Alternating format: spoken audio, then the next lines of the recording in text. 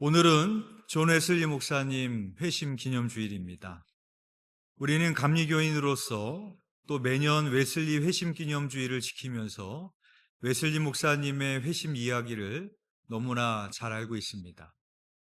웨슬리 목사님은 런던의 올더 스케이트가의 작은 집회에 참여했다가 한 낭독자가 로마서 서문을 읽을 때 마음이 뜨거워지는 경험을 했습니다. 이로 인해 그리스도가 나의 죄를 사하시고 구원하셨다는 확신이 생겼고 그리스도만을 구주로 신뢰하는 믿음이 생겼습니다. 웨슬리 목사님만 회심을 경험한 것이 아니라 수많은 믿음의 사람들이 회심을 경험했습니다. 대표적으로 어거스틴은 페류나의 삶을 살다가 만이교에 빠지기도 했지만 집어들고 읽으라는 성령님의 음성에 성경을 펼쳤고 눈에 들어온 말씀은 로마서 13장 13절에서 14절의 말씀이었습니다. 낮에와 같이 단정히 행하고 방탕하거나 술 취하지 말며 음란하거나 허색하지 말며 다투거나 시기하지 말고 오직 주 예수 그리스도로 옷 입고 정욕을 위하여 육신의 일을 도모하지 말라라는 말씀이었습니다. 어거스틴은 이 말씀을 읽고 무거운 죄책에서 벗어나 하나님의 은혜를 경험하였고 이후 교회의 위대한 신학자이자 목회자가 되었습니다. 성경에서는 사도 바울의 회심이 나옵니다. 예수님을 믿는 사람들을 잡아다가 옥에 가둔 일에 앞장섰던 바울이 다메섹 도상에서 빛으로 임하신 예수 그리스도를 만나게 됩니다. 그리고 예수 그리스도를 핍박하는 사람에서 예수 그리스도를 위해 자기의 생명까지도 아낌없이 내어놓는 주의 종이 되었습니다. 이렇게 우리는 회심 사건을 떠올리면 하나님을 믿지 않던 사람들이 또는 극악무도한 죄인이 회개하여 그리스도를 영접하고 위대한 주의 종으로 변화된 사건으로 우리는 생각하게 됩니다. 그런데 저는 웨슬리 회심 기념주일을 맞이하여 오늘 우리에게 주시는 본문을 묵상하면서 요셉의 형들이 진심으로 회개하고 요셉은 형들을 진심으로 용서하여 20년 동안 끊어져 있던 관계가 다시 회복된 사건이야말로 위대한 회심의 사건이라는 생각을 해보게 됩니다. 오늘 본문의 내용은 베냐민과 아버지를 살리기 위한 유다의 간절한 청원을 들은 요셉은 자기의 정체를 형들에게 밝힙니다. 오늘 보면 창세기 45장 1절에서 2절 말씀입니다. 우리 함께 읽겠습니다. 시작. 요셉이 시종하는 자들 앞에서 그 정을 억제하지 못하여 소리질러 모든 사람을 자기에게서 물러가라 하고 그 형제들에게 자기를 알리니 그때에 그와 함께한 다른 사람이 없었더라. 요셉이 큰 소리로 우니 애굽 사람에게 들리며 바로의 궁중에 들리더라. 아멘. 요셉은 자신의 정체를 밝히면서 감정을 억제하지 못하고 큰 소리로 통곡하며 울었습니다. 요셉의 눈물에는 복잡한 심경이 담겨 있었을 것입니다. 과거에 자신을 죽이려고 했고 애굽에 팔아넘긴 형들을 생각하면서 지난날에 대한 아픈 기억들이 떠올랐을 것입니다. 그러나 형들이 진심으로 뉘우치고 베냐민을 살리기 위해 자기의 생명까지 담보로 거는 모습을 보면서 형들의 뜨거운 형제애와 사랑을 느꼈을 것입니다. 그리고 무엇보다 이 모든 것을 인도하신 하나님을 향한 찬양과 감사의 눈물이었을 것입니다. 오늘 본문 5절과 7절과 8절의 말씀을 보면 반복해서 나오는 말이 있는데 하나님이라는 주어입니다. 우리 5절, 7절, 8절 말씀 우리 함께 읽어보겠습니다. 시작. 당신들이 나를 이곳에 팔았다고 해서 근심하지 마소서, 한탄하지 마소서. 하나님이 생명을 구원하시려고 나를 당신들보다 먼저 보내셨나이다. 하나님이 큰 구원으로 당신들의 생명을 보존하고 당신들의 후손을 세상에 두시려고 나를 당신들보다 먼저 보내셨나니 그런즉 나를 이리로 보낸 이는 당신들이 아니요 하나님이시라. 하나님이 나를 바로에게 아버지로 삼으시고 온 집의 주로 삼으시며 애굽 온 땅의 통치자로 삼으셨나이다. 아멘. 요셉은 자신의 지난날의 고난의 의미를 하나님의 섭리와 인도하심으로 해석하고 있습니다. 우리는 요셉을 보면서 고난을 대하는 자세가 얼마나 중요한 것인지를 보게 됩니다. 고난은 하나님이 사용하시는 연단의 도구입니다. 그래서 하나님을 믿는 우리들에게도 우리는 고난을 피해갈 수가 없는 것이죠. 우리는 고난을 통하여 더욱 성숙해지고 믿음이 자라나게 됩니다. 그러나 모든 사람에게 고난이 유익이 되는 것이 아닙니다.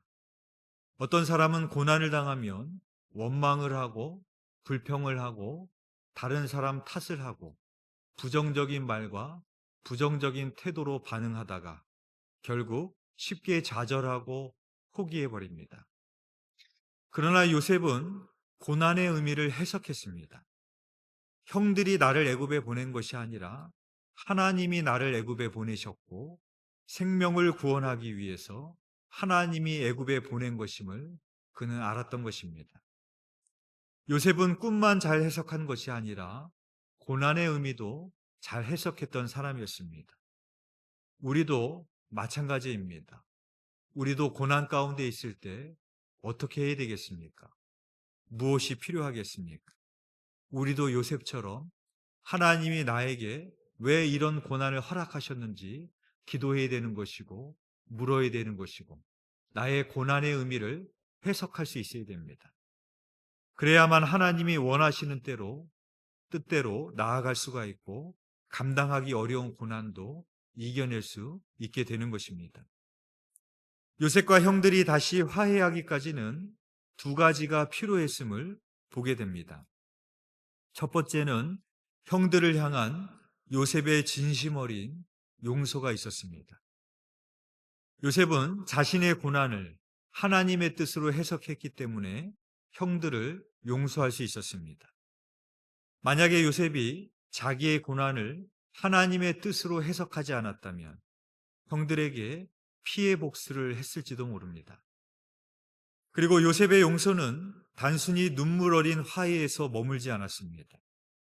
남은 흉년을 대비하도록 아버지를 고센 땅으로 모셔오도록 합니다.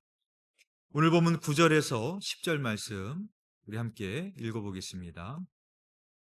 시작. 당신들은 속히 아버지께로 올라가서 아뢰기를 아버지의 아들 요셉의 말에 하나님이 나를 애굽 전국의 주로 세우셨으니 지체 말고 내게로 내려오사 아버지의 아들들과 아버지의 손자들과 아버지의 양과 소와 모든 소유가 고센 땅에 머물며 나와 가깝게 하소서. 아멘. 요셉은 아버지뿐만 아니라 형들과 손자들과 모든 소유까지 애굽의 고센 땅으로 오게 했습니다. 애굽의 고센 땅은 애굽의 나일강 주변에 있는 아주 비옥한 땅입니다. 그러니까 요셉은 이제부터는 아버지뿐만 아니라 형들과 손자들과 그 모든 것들을 내가 섬기고 보살피겠다라고 요셉은 말하고 있는 것입니다. 요셉의 용서는 형들에게 복수하지 않는 걸로 끝나지 않았습니다. 사실 이 상황이라면 복수하지 않는 것만도 대단한 용서입니다. 만약에 우리가 요셉이었다면 형들을 어렵게 용서하기는 하되 다시는 서로 얼굴을 보지 않자 말자고 그렇게 이야기하거나 속으로 그렇게 마음을 먹었을지도 모릅니다. 또한 우리는 다 용서했어라고 말은 하지만 마음속에 계속 품어들고 살아가기도 합니다. 그러나 요셉은 참된 용서가 무엇인지를 우리에게 보여주고 있습니다. 참된 용서란 상대에게 복수하지 않는 것으로 끝나는 것이 아니라 적극적으로 상대방의 삶을 회복시키는 데까지 나아가는 것이라는 것입니다. 두 번째는 형들의 진정한 회개가 있었기 때문이었습니다. 형들이 애굽에 처음 왔을 때 요셉은 자신의 정체를 밝히지 않았습니다. 왜냐하면 형들의 마음을 시험하기 위함이었습니다. 형들이 지난 날에 대하여 진심으로 뉘우치고 있는지, 자기를 팔아넘겼던 형들이 이제는 다른 형제들을 어떻게 대하는지 알고 싶었던 것입니다. 요셉은 형들의 시험을 통해 형들이 지난 날에 자신들이 했던 일들을 진심으로 회개하고 있고, 다른 형제들을 대하는 태도가 완전히 달라졌다는 것을 보게 되었습니다. 만일 형들이 회개하지 않은 상태에서, 자신의 지난 날을 뉘우치지 않는 상태에서 요셉이 자기 신분을 밝혀 형들과 만남을 가졌다면 어떻게 되었을까요? 진정한 재회를 이룰 수 있었을까요? 절대 그럴 수 없었을 것입니다. 설령 요셉이 형들을 용서한다고 할지라도 형들은 요셉의 보복에 대한 두려움을 가지므로 그들에게 진정한 재회가 이루어질 수 없었을 것입니다.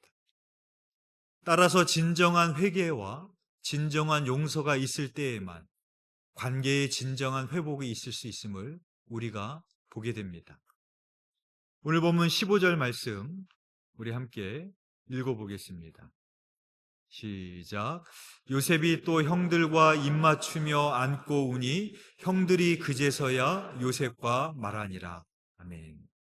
처음에 요셉이 자기의 정체를 밝혔을 때 형들이 두려워서 아무 말도 하지 못했습니다. 왜 그렇겠습니까? 당연하겠죠. 무슨 낯짝이 있어서 얼마나 깜짝 놀랐겠습니까?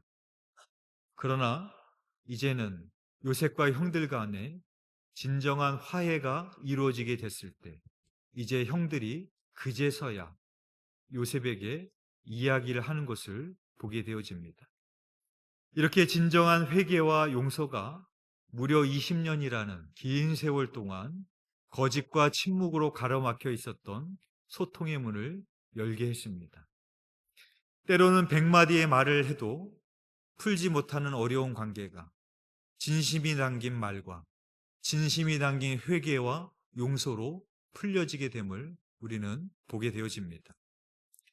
요셉과 형들의 이야기는 한 가정의 이야기만을 말하는 것이 아니라 우리를 대속하신 예수 그리스도를 보여주고 있습니다. 창세기 44장에 보면 베냐민을 살리기 위한 유다의 긴 탄원이 나옵니다. 무려 17절에 걸쳐서 유다는 요셉에게 간절히 청혼을 합니다. 유다는 베냐민을 꼭 데리고 가야 되는 이유를 길게 간절하게 요셉에게 탄원을 하는데, 그 이유 중에 하나가 아버지의 생명과 이 아이의 생명이 서로 하나로 묶여 있다라는 것입니다. 창세기 44장 30절에서 31절의 말씀입니다. 아버지의 생명과 아이의 생명이 서로 하나로 묶여 있거늘 이제 내가 주의 종 우리 아버지에게 돌아갈 때에 아이가 우리가 함께 가지 아니하면 아버지가 아이의 없음을 보고 죽으리니, 이같이 되면 종들이 주의 종 우리 아버지가 흰머리로 슬퍼하며 스올로 내려가게 함이니이다. 유다는 이렇게 말을 하는 겁니다. 아버지의 생명과 이 아이의 생명이 하나로 묶여 있습니다. 아버지는 이 아이가 없으면 죽습니다. 그렇게 탄원을 했던 것입니다. 사전 5기의 주인공 권투 선수 홍수환 선수를 잘 아실 겁니다. 1977년 파나마에서 열린 카라스키아야의 경기에서 2라운드에 4번이나 다운이 되었지만 3라운드에 KO 승을 거둔 사전 5기의 신화를 만들었습니다. 홍수환 선수가 다운을 당할 때마다 전 국민들은 일어나라고 함성을 지르며 응원을 했습니다. 그런데 그 경기를 보던 홍수환 선수의 어머니는 달랐다고 합니다. 홍수환 선수의 모친은 평안도 사람이었는데 그 경기를 보면서 이렇게 말했다고 합니다. 저 아새끼래 왜 자꾸 일어나네? 가만히 누워있지 않고. 전 국민은 홍수환 선수가 쓰러지면 다시 일어나라고, 함성을 지르고 응원을 했지만 아들을 향한 어머니의 마음은 달랐던 것입니다. 아들이 세계 챔피언을 하는 것도 좋지만 눈앞에서 두들겨 맞는 것을 어머니는 차마 볼 수 없었던 것입니다. 아버지와 아들의 생명이 하나로 연결되어 있다는 것도 같은 의미입니다. 베냐민이 죽으면 아버지 야곱도 죽는 것과 다를 바가 없는 겁니다. 그래서 유다는 아버지와 베냐민을 위하여서 희생적 결단을 합니다. 창세기 44장 33절의 말씀입니다. 이제 주의 종으로 그 아이를 대신하여 머물러 있어 내 주의 종이 되게 하시고 그 아이는 그의 형제들과 함께 올려 보내소서. 유다는 베냐민을 대신해서 자신이 종이 되겠으니 그 아이를 형제들과 함께 아버지께로 보내달라고 간청을 합니다. 유다는 이렇게 말한 것입니다. 제가 대신 남겠습니다. 제가 대신 종이 되겠습니다. 제가 대신 벌을 받겠습니다. 유다가 무엇 때문에 대신 희생하겠다고 말하는 겁니까? 생명과 생명이 하나로 연결되어 있기 때문입니다. 두 생명이 끊어지는 아픔이 얼마나 고통스러운지를 유다는 처음에 알지 못했습니다. 그래서 유다는 꼴보기 싫은 요셉을 노예로 팔아버렸고 아버지를 속이기 위해서 요셉의 채색 옷을 벗기고 찢어서 짐승의 피를 묻혀서 아버지에게 가지고 갔습니다. 아버지 야곱은 요셉의 찢어진 채색 옷을 부둥켜 안고 통곡을 하는데 그때는 유다는 아버지의 고통을 몰랐습니다. 그 후에 유다는 가나안 여인과 결혼을 하고 3명의 아들을 낳습니다. 유다는 때일은 결혼을 했고 때일은 세 아이의 아빠가 됩니다. 그런데 유다의 아들들은 하나님이 보시기에 행실이 좋지 않았기에 유다는 세 아이 중에서 둘을 잃습니다. 그리고 아내도 잃습니다. 비로소 유다는 생명과 생명은 연결되어 있다는 사실을, 그리고 그 연결이 끊어질 때, 단절될 때 얼마나 고통스러운지를 유다는 비로소 뒤늦게 온몸으로 경험하면서 아버지의 마음을 이해했습니다. 유다의 이러한 희생적 헌신은 결국 요셉의 마음을 감동시켰고 요셉은 극적으로 형들과 화해를 이룰 수 있었던 것입니다. 왜 예수님은 유다 땅 베들레헴에서 태어나셨을까요? 왜 예수님은 야곱의 12아들 가운데 하필이면 4번째 유다의 혈통으로 오셨을까요? 예수님이 유다의 혈통으로 베들레헴에 오신 이유는 지금 유다가 하고 있는 일을 하시기 위해서 오신 것입니다. 유다는 아버지와 베냐민만 살린 것이 아니었습니다. 만약에 베냐민을 데리고 가지 못했다면 감옥에 갇혀 있었던 시므온도 살릴 수 없었을 것입니다. 그리고 유다의 간절한 청혼은 누구보다 요셉을 살렸습니다. 요셉이 형에 대한 미움이 눈 녹듯이 녹게 된 결정적인 이유는 무엇이었습니까? 아버지의 생명을 위해서, 베냐민을 위해서, 시므온을 위해서 자신의 생명을 담보로 걸고 희생하려고 하는 유다의 모습 때문이었습니다. 그러니까 유다는 아버지만 살린 것이 아니라, 베냐민만 살린 것이 아니라, 시므온만 살린 것이 아니라 요셉도 살린 것입니다. 요셉이 평생 미움과 증오의 감옥에서 살지 않게 해주었던 것입니다. 예수 그리스도가 이 땅에 오신 이유는 무엇입니까? 단절된 생명과 생명을 연결하기 위해서 오신 것입니다. 그런데 끊어진 것을 다시 연결할 때는 같은 속성으로만 연결할 수 있습니다. 흙집에 손상이 생기면 그 자리는 흙으로 메워야 됩니다.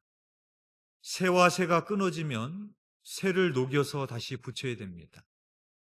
벽돌과 벽돌을 연결하려면 시멘트로 붙여야 됩니다. 마찬가지로 끊어진 생명과 생명을 연결하기 위해서는 생명으로만 연결할 수 있습니다. 예수 그리스도는 내가 길이요 진리요 생명이라고 말씀하십니다. 즉 예수님은 끊어진 생명과 생명을 연결하기 위해서 오신 생명이십니다. 생명과 생명이 연결되려면 또한 누군가의 희생이 필요합니다. 그래서 예수님은 유다처럼 우리를 위하여 스스로 담보가 되기를 자청하셨습니다. 이사야서 53장 4절에서 6절의 말씀입니다. 그는 실로 우리의 질고를 지고 우리의 슬픔을 당하였거늘 우리는 생각하기를 그는 징벌을 받아 하나님께 맞으며 고난을 당한다 하였노라. 그가 찔림은 우리의 허물 때문이요 그가 상함은 우리의 죄악 때문이라. 그가 징계를 받음으로 우리는 평화를 누리고 그가 채찍에 맞음으로 우리는 나음을 받았도다. 우리는 다 양 같아서 그릇 행하여 각기 제 길로 갔거늘 여호와께서는 우리 모두의 죄악을 그에게 담당시키셨도다. 여기서 담당시키셨도다라는 말은 우리를 위하여 담보가 되어주셨다, 그런 의미입니다. 예수님은 누구보다 하나님 아버지의 마음을 아셨습니다. 온 인류와 생명의 근원이 되신 하나님과 끊어진 단절의 고통을 예수님은 아셨기에 이렇게 말씀하신 것입니다. 제가 대신 벌을 받겠습니다. 제가 대신 죄값을 치르겠습니다. 제가 대신 종이 되겠습니다. 그리고 인류를 위해 십자가를 지신 것입니다.